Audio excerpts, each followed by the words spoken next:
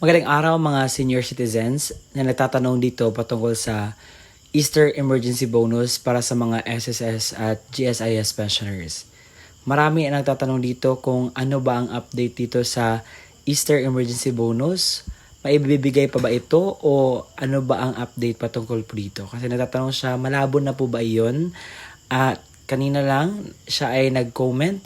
Hanggang ngayon wala pa naman ang Easter Emergency Bonus. Unfortunately, ang Easter Emergency Bonus ay hindi siya naging successful, hindi siya na-implement sa kanila na may magandang pamaraan si SSS ngayon na matulungan ang mga pensioners. Pero let's tackle about Easter Emergency Bonus. Sa araw po na ito, ating sasagutin ang concern ng ating tagapanood. Sabi niya, i-tackle ko daw yung 13-month pay advance at saka yung sa GSIS na cash gift. At ito po ang kumpletong detalye patungkol po dyan. Magandang araw at magandang buhay, lalo na sa ating mga minamahal na mga senior citizens na SSS pensioners at SSS members. Sa araw po na ito ay pag-uusapan po natin ang Easter bonus para sa mga SSS at GSIS pensioners. So ngayon po maa-advance po ang 13-month pay at saka cash gift. Pero alamin muna natin ang important announcement at details sa balitang ito na sa gayon po mas klaro sa atin para hindi po tayo mag-comment dyan sa baba na fake news na naman ito, ano bang mga pakulong ito. Makinig po tayo una nang sa gayon po makuha po ninyo ang punto ng video kong ito. Actually, hindi po ito gawa-gawa dahil ito po ay naisabalita po. Sabi dito sa headline, Lawmakers proposes Easter Emergency Bonus for SSS and GSIS pensioners. Ano ba ang ibig sabihin nito? Let me explain something. Ayon sa SSS GSIS Pensionado Party List Representative Rolando Ledesma Makasait noong Monday siya ng immediate release sa Easter Emergency Bonus to cushion sa impact po ng pagtaas ng presyo sa mga pensioners ng SSS at GSIS. Sabi dito, in-emphasize ni Makasait na ang pensioners ay remain the outmost vulnerable sectors during this crisis. Nakita niya na naapektuhan ang mga pensyonado sa ngayong krisis. Ayon sa kanyang pahayag, sa panahon na patuloy ang pagtaas ng presyo ng gasolina, pagkain at medisina, kinakailangan natin ang mabilisang tulong para sa ating mga pensioners in these times when the cost of gasoline, food, and medicines continues to rise. We need prompt assistance for our pensioners. Sabi po niya ito sa news. Ang mga lawmakers propose sa emergency bonus be sourced from existing benefits, specifically ang 13-month pay sa SSS at Christmas cash gift sa mga GSIS, allowing immediate relief without need for additional funding. So ibig sabihin hindi na magdadagdag ng mga any funds. Ibig sabihin meron silang mga gagawing mga paraan para po makakatulong sa mga SSS pensioners at GSIS pensioners para hindi po sila grabe yung apekto sa krisis. Dagdag pa niya, as the former president of both GSIS and SSS, alam niya na there will be no effect on the fund life of the institution if we release it now.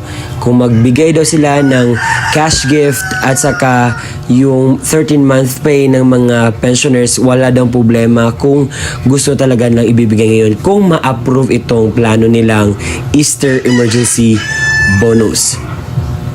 Makasait stress that the measure is a timely and practical intervention para mabigyan po ng immediate assistance ang mga retirees na nagdepende primarily sa kanilang mga pensyon. There is no need to delay this any further. This not require any action from Malacanang or Congress. This respective board of SSS and GSIS already authority to approve and release benefit immediately, sabi po ni Makasait. Ano ba ang punot dulo ng aking sinasabi? Ganito po yun. Kapag ma-approve itong 13-month pay, Easter emergency bonus, ang mangyayari po, ibibigay sa inyo ang inyo pong pensyon, pwede sa ngayon na buwan, susunod na buwan, at yung sabing 13-month pay at cash gift na matatanggap nyo sa December ay i-advance lamang po. Yun lang po ang mangyayari. At kapag na-approve po ito, ma-advance at wala na po kayong tatanggapin by December. So, ibig sabihin, ibinigay na in advance. So, kung kayo, sang-ayon ba kayo sa ganitong balita? Pero, ngayong araw po, ipaparinig ko ang interview ng sa punot dulo ng balitang ito na sa po maintindihan natin. Nananawagan ang isang party list lawmaker na magbigay ng Easter emergency bonus sa mga pensioner ng SSS at GSIS. Ayon kay SSS-GSIS Pensionado Representative Rolando Macasaet, kailangan ng agarang tulong ang mga senior at retiree na pinaka-naapektuhan ng krisis. Kaugnay ng balitang yan, makakausap natin sa ating programa, Congressman Rolando Macasaet. Good evening, sir. Good evening, Kong. Good evening, Ma'am Maricar. How are you po? I'm good, sir. How are you po? I'm great. Ako magandang gabi po sa mga tikapakinig sa inyo. Okay, Kong. Magkano po ang matatanggap ng mga pensioners kung sakaling aprobahan po ang inyong panukala? One time lang po ba ito ang pagbigay One nito? time to, Ma'am Maricar, normally mga GSIS po ay binibigyan ng 10,000 bawat isa. At ang SSS po, ang SSS din po ay 10,000 yata po yun. Nung presidente po ako, naalala ko po mga 10,000 po. At saka ito po, hindi na kailangan ng emergency power, ano? Ito po, immediate magagawa. Board resolution lang po ito at walang bawal dito. Kasi po, naka-budget na ito. Ang ginagawa ko po, pinapabigay ko lang sana ngayon na kasi krisis tayo. Yun po ang dahilan kaya inaano ko po yan sa mga presidente po ng SSS at GSIS. Opo. Sir, just to clarify po, nabanggit nyo 10,000. 10,000 po sa SSS and then 10,000 sa GSIS. Did I get it right, Opo. sir? Okay. Tama po yan. Opo. So, iminumungkahin nyo po na kunin ito sa 13th month pension ng SSS at sa Christmas cash bibigay gift na naman ngayon po. Kasi kailangan nila ngayon. In fact po, gusto ko nga sana sabihin din sa presidente na pati yung kahit kalahati po ng mid-year bonus or mid-year bonus, i-release na ngayon. Kasi po, hindi lang po yan dahil sa very concerned po ako sa nangyayari sa ekonomiya. Alam niyo po, wala pong mga proyekto masyadong nagagawa ngayon. You know po, about 20 to 30% of the GDP is based on government expenditures. Kung wala akong proyekto, talaga ako babagsak sasadsad ang ekonomiya natin. Kailangan talaga ako may pera ang mga tao to keep the business going. If you notice po, wala ng traffic eh. Diba? Kasi Yes, wala na talaga, wala ng pera yung mga tao. Opo. Kung ano po yung nakikita nyong pwedeng agahan po, katulad ng sinabi niyo na bonus pwede nang ibigay, bukod pa ho doon, ano pang nakikita Hindi niyo kayo pwede? lahat ng benepisyo. Kasi po, the secret po in the Philippine economy, the earlier you spend the money, the better. Now, yung mga government expenditures on infrastructure, 19 na ako dahil ito mga corruption na ginawa nila dati, nagkakaproblema tayo sa mga construction projects natin, di ba? Wala pong construction, maraming nawawala ng trabaho. Pinaka-importante ho talaga na we front-load all the expenses. So, naka-budget na ho yung mid-year bonus, naka-budget na po yung Christmas bonus. Unahan na yung mid-year bonus, i-release na ngayon pa lang. Yun lang naman po sinasabi ko. Kasi kailangan talaga ng mga tao ngayon ng pera. Okay. Pero meron naman po tayong sapat na pera po, no, para ilabas. Aagahan nga lang po. Yeah, yung GSIS at SSS po, daming pera niyan. Hindi po imposible mawala ng pera. Yan, naging presidente ako dyan, kaya alam ko yan. And Now, would- yung yes, sir. national government din ho, may pera din po kasi wala hong infrastructure din, naka-budget din po yan. Unahan na yung pag-release. Yes, sir. Diba? Yes, sir. Would you have any idea as to how much it would amount to in total po? Sa SSS po, siguro ang Christmas bonus po, there are about 3.5 million pensioners. That's only 3 billion pesos. That's kayang-kaya po ng SSS yan. Yung GSIS, mga 2 billion. Kayang-kaya ng GSIS, bayaran lahat yan. So, our suggestion ko po, i-release na nila yan. Ang hindi ko lang alam po kung magkano yung mga mid-year bonuses. Kailangan ibigay na rin yan. At saka po, naniniwala po ako yung sinabi ni Senator Amy na dapat yung SSS at GSIS pwede rin isuspindi muna yung koleksyon. Kasi po, malaki po yan, lalaki ang take-home ng mga empleyado. Tulad kayo po, you're contributing about 5% of your monthly salary to SSS. Kahit maputol po yung kontribusyon nyo, say 3 months, wala yung epekto yon sa pension ninyo. Basta umabot lang ko kayo ng 120 months, may pension pa rin po kayo. Kaya po, tama yung sinabi ni Senator Amy, isuspindi muna ng SSS at GSIS yung koleksyon ng mga premiums. It will also help po yung mga employers na hindi muna sila mag-ano kasi hirap na talaga yung taong bayan. Yan lang naman po sa akin. At ito po, hindi kailangan ng emergency power. Verbal instruction lang ho ito ni Presidente or kahit po hindi utos ng Presidente. Ang Presidente lang ng SSS at GSIS with the approval of the board, pwedeng gawin po yan. So hindi kailangan ng emergency powers. You have to think not outside of the box, Ma'am Maricar. Yes, sir. In this crisis time, so you have to think without the box.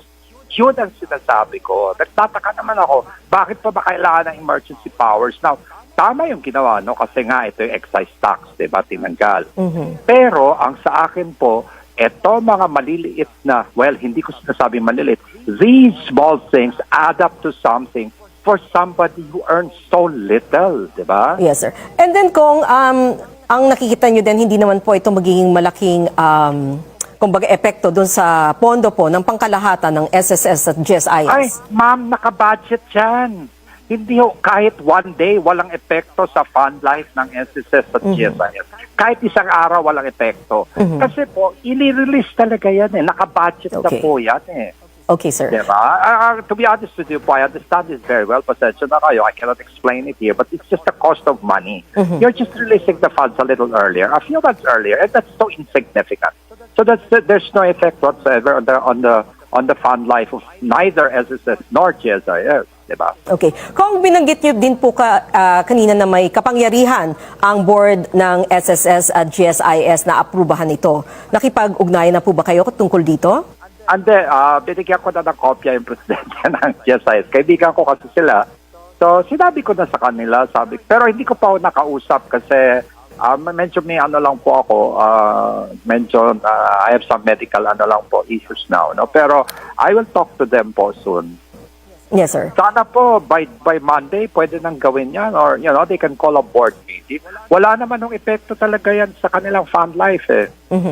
Meron din pong panawagan na di po ba si Senator Amy ang panawagan niya po ay suspendehin muna ang kaltas sa sahod ng contribution sa SSS at GSIS.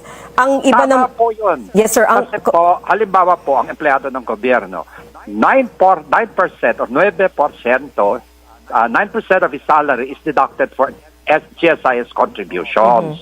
Can you imagine po, if you receive a salary, say, of 40,000, 3,600 po, dinideduct sa sweldo nyo, buwan-buwan, para sa GSIS yun.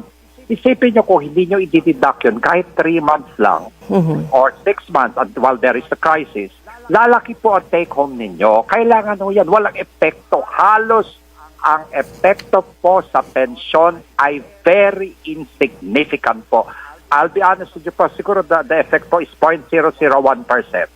Kaya, it's imperative po that we do all these things immediately, di ba? Walang epekto yan sa pensyon. Okay. Kayo po, empleyado kayo po dyan sa bilyonaryo. Kayo po, if your salary is say 50,000 po, and then you contribute po about 2,000, 5% of your salary is your personal contribution. Now, 5% of 50,000 is 2,500. Malaking bagay po na for the meantime while you're adjusting, lumalaki yung take-home nyo muna. Just to tide you over so that you can adjust appropriately. Isipin yung gasolina, yung mga presyo po ng bilihin. Grabe po ang pag-akyat, diba? Kung meron din panawagan yung iba na kung let's say itigil po yung suspendehin muna po yung doon sa SSS, pwedeng ikargo muna ng mga mayayamang negosyante para lang wala daw, hindi naman maputol. Is that feasible, sir? I don't wanna impose that, I cannot impose that because I'm sure apektado rin sila. Ang sa akin po, pinaka-importante, isuspindi mo na, pati yung employer, hindi mo na magko-contribute. Total mga 3 months lang naman. Ang epekto po sa pension niya, 3 to 6 months lang, ay napakaliit. Diba? Ituloy na lang nila, kasi po, sa SSS at GSIS, naging presidente po ako niyan, kahit putulin nyo ng 3 months, 6 months, kahit 10 years ituloy nyo lang after that, pwede. So pagputol niya, hindi ibig sabihin mawawala na kayo ng pensyon. Basta umabot lang ko kayo ng 15 years sa GSIS, umabot lang ko kayo ng 10 years sa SSS, magkaka-pension din po kayo. Kaya okay lang po yung ginagawa na gano'n, na hindi ko kailangan ng presidential approval yan. Okay. Board lang po yan ng GSIS at SSS. Okay, Yun ang Kong. ibig sabihin. Opo. May iba pa po ba kayong nakikitang hakbang para maprotektahan ang mga senior at pensyonado sa patuloy na pagtaas ng gastusin? Ay, gusto ko talaga sana all government employees, all ha, teachers, ito ba nagtatrabaho sa DNR, DAR, Department of Health, dapat yan, bigyan na rin ng Christmas bonus yan.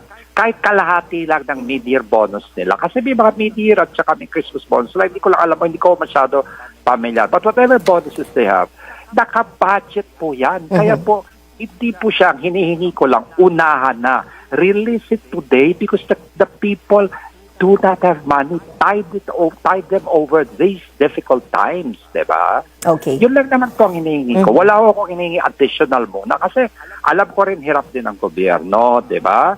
Pero sigurado ako, may pera ang gobyerno pang-release ng mid-year bonus. Ngayon pa lang ho, pwede nang i-release. Wala ho mawawala. Okay, okay sir, on that note, siguro we can end muna po. Pero alam ko pong marami pa po tayong tatalakayin pa po akong tungkol isip dito. na pwede nating emergency po na pwede nating gawin. Tulungan ka agad na wala nang kailangan ng batas. Okay. Kahit verbal instructions ni Pangulong Marcos, pwedeng gawin. Okay. Diba? Okay. Maraming salamat po, Congressman Rolando Makasayan. Thank you, Ma'am Maricar. Salamat. Maraming. I hope po na clear po sa inyong end ang balitang ito. God bless.